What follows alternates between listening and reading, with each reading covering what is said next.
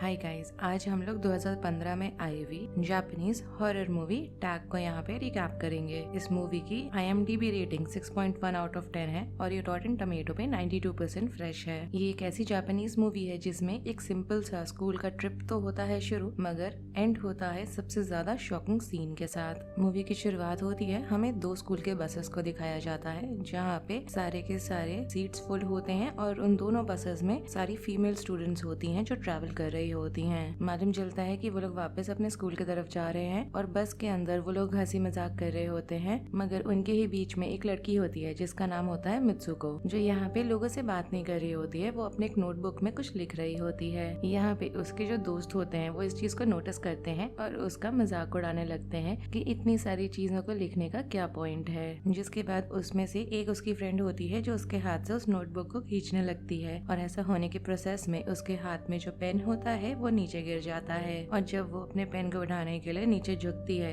तो उसी मोमेंट में ऐसा कुछ होता है जो बहुत ही ज्यादा टेरिफाइंग है। मालूम चलता है कि बहुत ही ज्यादा ताकतवर, इनविजिबल, किसी को दिखने नहीं वाला एक फोर्स है जो रिप करने लगा है बसेस के थ्रू, जिसकी वजह से जितने भी बच्चियां वहाँ पे बैठी हुई होती हैं सबको हाफ में वो स्लाइस करता जाता है। यहाँ पे उस लड़की को, मित्सुको को छोड़ के बाकी उसके सारे दोस्त और जितने भी लोग बस में ट्रैवल कर रहे थे, दोनों बसेस में इनफैक्ट, सबको वो इनविजिबल फोर्स हाफ में स्लाइस कर चुका होता है और सारी जगह काफी ग्रूसम सीन है। हम देखते हैं कि मित्सुको अभी भी झुकी हुई होती है और वही अकेली एक बच गई है जो इस चीज का शिकार नहीं हुई है। जब वो खड़ी होती है तो उसको अपने अराउंड अपने सारे दोस्तों की आधी कटी हुई बॉडीज दिखाई दे रही हैं। वो एक अकेली बची हुई होती है, बहुत ज्यादा डरी हुई होती है और उसको रियलाइज होता है कि अब वो बहुत ज्यादा खतरे में है। धीरे धीरे करके वो बस से नीचे उतरती है और भागने लगती है। जितना जोर से हो सके उतना जोर से वो सड़क पे भाग रही होती है। जल्दी उसको भागते भागते ये भी रियलाइज हो जाता है कि जो यहाँ पे इनविजिबल फोर्स है वो सिर्फ और सिर्फ हवा है और कुछ भी नहीं, क्योंकि उस हवा में ही इतना ज्यादा sharp invisible type of blade type slice कर देने वाला फोर्स है, बल्कि उस हवा के रास्ते में जो भी चीज आ रही होती है वो सबको ही स्लाइस कर रहा होता है और यही जो इनविजिबल फोर्स होता है वो उसके पीछे भी भागने लगता है। मित्सुको यहाँ पे चिल्लाते हुए भाग रही होती है और उसके सामने चारों लड़कियां उसको दिखाई दे रही होती हैं सड़क पे चलते हुए। वो उन चारों को चिल्ला के बोलती है कि उन्हें नीचे झुकने की जरूरत है और उनमें से एक के ऊपर वो कूदती है और उसको नीचे घसीटती है अपने साथ, मगर जो तीन बाकी लड़कियां खड़ी हुई होती हैं वही इनविजिबल फोर्स उन तीनों को उन दोनों के सामने स्लाइस कर देता है। अब यहाँ पे इसके पहले कि इन दोनों को यहाँ सिचुएशन को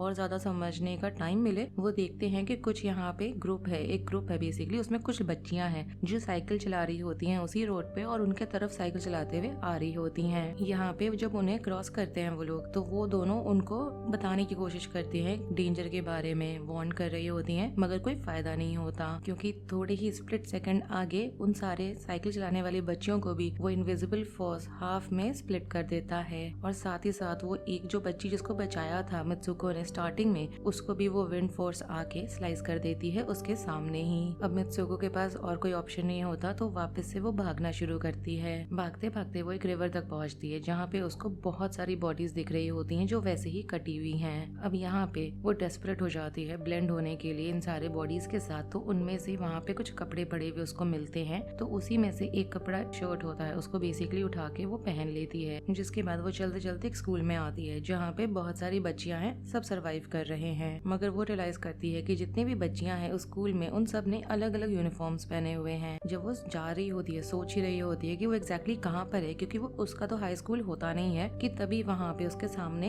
एक लड़की आ जाती है जो उससे पूछ रही होती है कि क्या वो ठीक है। मालूम चलता है कि वो जो लड़की आके उससे पूछ रही है वो उसकी बेस्ट फ्रेंड है, या हो सकता है कि वो उसकी एग्जैक्टली बेस्ट फ्रेंड भी नहीं है मगर उसकी बेस्ट फ्रेंड की जैसी उसकी शक्ल जरूर है। यहाँ पे मित्सुको उसी लड़की से पूछने लगती कि क्या तुम सही में मेरी बेस्ट फ्रेंड हो, क्योंकि जितनी भी चीजें अभी चल रही हैं उनमें से कोई भी चीज उसको सेंस नहीं बना रही होती। वो एकदम ही लॉस्ट होती है कि अचानक से फिर से बहुत जोर से वही हवा चलने लग जाती है और उसको देख के मित्सुको यहाँ पैनिक में भागने लगती है बिल्डिंग के अंदर और उसकी जो फ्रेंड होती है वो उसके पीछे भाग रही होती है क्योंकि उसको यहाँ पे मित्सुको के लिए बहुत ज्यादा चिंता होती है। यहाँ पे उसकी फ्रेंड आती है और उससे पूछती है कि हुआ क्या है, गड़बड़ क्या चीज चल रही है और वो इतना डरी हुई क्यों है। तो मित्सुको यहाँ पे उसको सारी चीजें एक्सप्लेन करने लग जाती हैं, जो भी चीजें उसने अभी अभी सफर करी हैं। यहाँ पे उसकी जो फ्रेंड होती है उसे काम डाउन करने के लिए एक विंडो के पास लेके जाती है और उसका हाथ बाहर निकाल के उसको बोलती है कि देखो ये सिर्फ हवा चल रही है और उससे ज्यादा कुछ भी नहीं है। ऐसा ऐसा होने की वजह से कुछ होता नहीं है, तो मित्सुको को देख के लग रहा है कि वो थोड़ा सा शांत होने लगी है। अब यहाँ पे उसको जानना होता है कि एग्जैक्टली चल क्या रहा है, तो वो अपनी बेस्ट फ्रेंड के साथ एक क्लासरूम में जाती है और वहाँ पे वो 2 और लड़कियों से बात करती है और ये सारे मिलके एक प्लान बनाते हैं जहाँ पे वो अपने क्लासरूम को लॉक करने वाले हैं बाहर से। जिसके बाद वो लोग प्लान बनाने के बाद वहाँ से जब बाहर आ रहे होते हैं तो उनकी जो टीचर होती है वो उन चारों को देख लेती है और यहाँ पे ये चारों लड़कियाँ वहाँ से स्कूल के प्रेमाइसेस से भाग के एक लेक होता है वहाँ पर पहुँचती हैं। यहाँ पे मित्सुको की जो बेस्ट फ्रेंड होती है वो बाकी दोनों लड़कियों को फिल इन कर रही होती है सारी चीजों को लेके जो मित्सुको बोल रही थी। तो उनमें से एक लड़की बोलती है कि हो सकता है कि ये जो दुनिया है ये असली नहीं है, हो सकता है हम एक मिरर वाले वर्ल्ड में हों जिस दुनिया में चीजें अलग तरीके से हो रही हैं एज कम्पेयर टू जो हमारी दुनिया में होती हैं। और इसी चीज को टेस्ट करने के लिए एक पत्थर उठाती है वो और लेक की तरफ फेंक देती है और ऐसा करते ही वो बोलती है मैंने अपने इस रियलिटी में, इस दुनिया में इस पत्थर को इस लेक में फेंका है, मगर हो सकता है कि जो दूसरी वाली रियलिटी चल रही है उसमें मैंने ऐसा बिल्कुल भी नहीं किया हो। अचानक से हम देखते हैं कि लेक में क्रोकोडाइल है जो बाहर निकल जाता है और उनमें से एक लड़की को यहाँ पे बहुत ही बेरहमी से मार डालता है। और ऐसा होते ही वो जो लड़की होती है वो बोलती है कि मैंने तुम्हें कहा था जो चीजें यहाँ पर हो रही हैं जरूरी नहीं कि वो वहाँ पर भी हो रही हों। उन्हें पास में ही एक बेड भी पड़ा हुआ दिखता है, मैट्रेस और एक पिलो,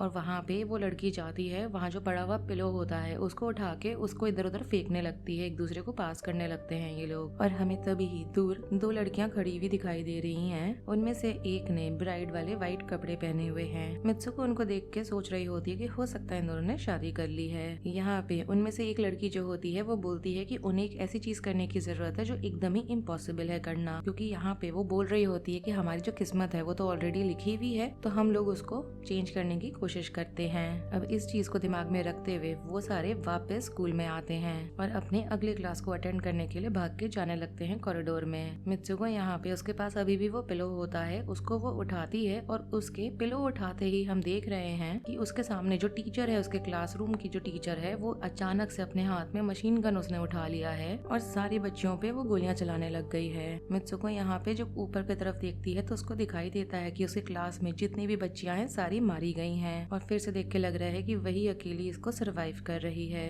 जो टीचर होती है वो हाथ में गन लेके उसके तरफ आने लगती है और उसको बोलती है कि उसकी हिम्मत कैसे हो गई चीजों को बदलने की, क्योंकि उसको उस बस के इंसिडेंट में मर जाना चाहिए था। तभी अचानक से 2 लड़कियां भागते हुए आती हैं मित्सुको की तरफ और उसको पकड़ के वो लोग वहाँ से निकल जाते हैं। मगर जब ये लोग भाग के दूसरे क्लास की तरफ आते हैं तो वहाँ पे एक और टीचर होती है, वो गन निकालती है और उन दोनों लड़कियों को वो मार देती है। अब यहाँ पे कॉरिडोर के थ्रू मित्सुको भागने लगती है तो कुछ लड़कियां और इस चीज को सरवाइव कर रही होती हैं। वो सारे भी हम देख रहे हैं कि स्कूल से बाहर भाग रहे हैं, मगर हाथ में गन लेके जितने भी टीचर्स हैं सब उनके तरफ फायर करके उनका पीछा करके भगा रहे होते हैं उन लोग को। और जैसे ही ये लोग स्कूल से बाहर आते हैं तो वापस से वो जो इनविजिबल विंड वाला फोर्स है वो दिख रहा है हमें आता हुआ, क्योंकि 4 लड़कियों को हम यहाँ पे मित्सुको के सामने ही स्लाइस होते हुए देख पा रहे हैं। और अब ये तीसरी बार हुआ है कि एक इंसिडेंट में मित्सुको अकेले ही उसको सरवाइव कर रही है। ये बहुत ज्यादा डरी हुई होती है कि चल क्या रहा है, किस लूप में फंसी हुई है वो। और भागते भागते वो एक पुलिस स्टेशन तक पहुंचती है। वहाँ पे उसको एक पुलिस ऑफिसर मिलती है और वो जो ऑफिसर है वो उसकी सारी बातों को बहुत ध्यान से सुनने लगती है और यहाँ पे उसकी बात सुन तो रही होती है, मगर वो पॉइंट आउट करती है कि उसने कोई स्कूल यूनिफॉर्म तो पहना नहीं हुआ है। यहाँ पे जो पुलिस ऑफिसर होती है वो एक मिरर भी निकालती है, मित्सुको की तरफ पॉइंट कर रही होती है। और जब मित्सुको यहाँ पे अपना रिफ्लेक्शन देखती है तो देख के बहुत ही ज्यादा वो शॉक हो जाती है, क्योंकि मालूम चलता है उसको कि उसका जो अपीयरेंस है वो पूरा ही बदल गया है। जब वो बाहर निकलती है तो नोटिस करती है कि उसके अराउंड जो बच्चियां हैं वो उसको अलग नाम से बुलाने लग गई हैं। उसको समझ नहीं आ रहा होता कि ये सारी चीजें चल क्या रही हैं। और इसके पहले कि वो रुक के एक सेकंड सोच सके, वो जो पुलिस ऑफिसर है उसको वो अपनी गाड़ी में बैठाती है और उठा के उसे चर्च में ले जाती है। जितने भी सड़क पे लोग होते हैं वो यहाँ पे हंस रहे होते हैं और उसको कॉन्ग्रेचुलेट कर रहे होते हैं। यहाँ पे वो सोचने लग जाती है गाड़ी में बैठे बैठे कि उसको कॉन्ग्रेचुलेट कर किस बात के ले रहे हैं ये लोग। और इसको अभी ही एकदम अचानक से रियलाइजेशन होता है और वो शॉक हो जाती है रियलाइज करते ही कि उसकी शादी होने वाली है। चर्च का हमें दिखाया जाता है और हम देखते हैं कि मित्सुको की जो बेस्ट फ्रेंड है वो वहाँ पर है और वो यहाँ पे उसको धीरे से बोलती है कि हम लोगों को कंट्रोल किया जा रहा है, इसलिए जो मैं बोलती हूँ तुम्हें वैसे का वैसा ही करने का जरूरत है। मित्सुको अभी भी कंफ्यूज होती है मगर वो कुछ बोल नहीं रही होती और उसकी जो बेस्ट फ्रेंड होती है वो उसको वेडिंग गाउन पहनाने लग जाती है।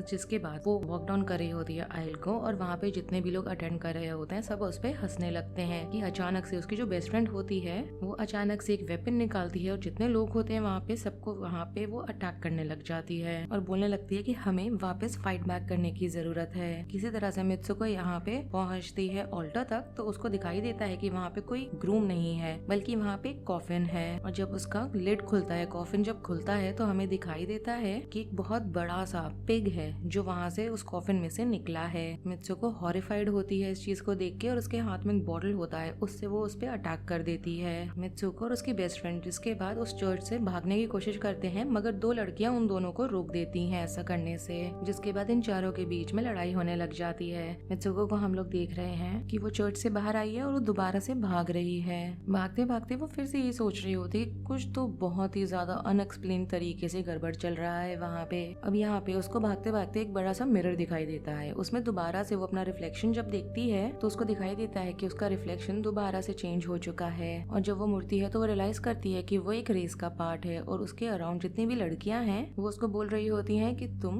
बेस्ट हो भागने में, तो तुम वहाँ पे सिर्फ खड़ी क्यों हो, तुम्हें भागना चाहिए। ये सुन के वो थोड़ा सा तो हेजिटेट करती है, मगर तब भी वो भागना शुरू कर देती है। जब वो भाग रही होती है तो वो देखती है कि उसके अंदर काफी ज्यादा स्ट्रेंथ है, वो इन सबसे स्ट्रॉन्ग है और इन सबसे बेटर भाग रही है। ऐसा होते होते जब वो प्रोसेस में ही होती है रेस को भागने में, तो वो पीछे मुड़ के देखती है तो उसकी जो बेस्ट फ्रेंड है वो भी वहाँ पर उसको दिखाई देती है। और ये दोनों पीछे मुड़ के रियलाइज करते हैं कि वही पिग वाला जो कॉफिन से निकला था, पिग वाला फिगर वो उनके पीछे भाग रहा है। मतलब जितनी भी लड़कियां रेस में भाग रही हैं उनके पीछे ये फिगर भाग रहा है। और जितनी भी लड़कियां पीछे भाग रही होती हैं उस पिग वाले फिगर के साथ, वो नॉर्मल ऐसी लड़कियां नहीं है, वो सारी वही लड़कियां हैं जिन्होंने इनको चर्च में रोकने की कोशिश करी थी। जब ये लोग भाग रहे होते हैं तो कुछ लड़कियां उनको दिखाई देती हैं, उनमें से एक लड़की उसको बोलने लग जाती है मित्सुको को स्पेसिफिकली कि इस दुनिया से उसे बाहर निकलने की जरूरत है। हम मित्सुको को देख रहे होते हैं कि रेस खत्म होने के बाद भी वो भाग ही रही होती है, और वो एक ऐसी जगह पे पहुंचती है जो एकदम आइसोलेटेड जगह है और वहाँ पे अंधेरा है। उसको वहाँ पे कुछ बच्चियां मिलती हैं जो यूनिफॉर्म में ड्रेस्ड हैं, और यहाँ पे वो लड़कियां उसको बता रही होती हैं कि हम सब तो मर चुके हैं और अब हम सब मिलके तुम्हें मारेंगे। तभी वहाँ पे मित्सुको की बेस्ट फ्रेंड फिर से आ जाती है और जो लड़की बोल रही होती है उसको मार देती है। इसके बाद वो मित्सुको की यहाँ पे मदद करती है दोबारा से उस जगह से निकलने में। यहाँ पे थोड़ा दूर जाने के बाद उसकी बेस्ट फ्रेंड बोलती है कि उसको खुद का नाम बहुत जोर से यहाँ चिल्लाने की जरूरत है। थोड़ा तो वो हेजिटेट करती है, उसको समझ में नहीं आता कि ऐसा करने से क्या होगा, मगर तब भी उसकी बेस्ट फ्रेंड बोल रही होती है तो वो ऐसा कर देती है। और ऐसा करते ही जैसे ही वो अपना नाम बहुत जोर से चिल्लाती है तो हम देखते हैं कि वो अपने असली सेल्फ में ट्रांसफॉर्म हो गई है वापस से। जिसके बाद उसकी जो बेस्ट फ्रेंड होती है वो अपने आर्म्स को दिखाने लग जाती है और बोलने लगती है, उसको प्लीड करते हुए बोलने लग जाती है कि प्लीज इस वायर को मेरे हाथ से पुल आउट करो, जिससे कि मैं इस दुनिया को छोड़ के यहाँ से जा सकूं। मित्सुको ऐसा करने से हेजिटेट कर रही होती है क्योंकि उसको लगता है कि अगर वो ऐसा करेगी तो हो सकता है कि उसकी जो बेस्ट फ्रेंड है वो मर जाए। यहाँ पे वो अपनी बेस्ट फ्रेंड को बहुत ज्यादा मानती है और वो नहीं चाहती कि वो मरे, मगर उसकी जो बेस्ट फ्रेंड है वो रिपीटेडली उसको बैक कर रही होती है, जिसकी वजह से मित्सुको को ऐसा करना पड़ जाता है। और जैसे ही मित्सुको उस वायर को पुल आउट करती है तो हम देखते हैं कि उसकी जो बेस्ट फ्रेंड की बॉडी है वो 2 पार्ट्स में स्प्लिट हो चुकी है, और उसके पीछे वो देखती है कि गेट टाइप चीज है वो अपीयर हो गया है।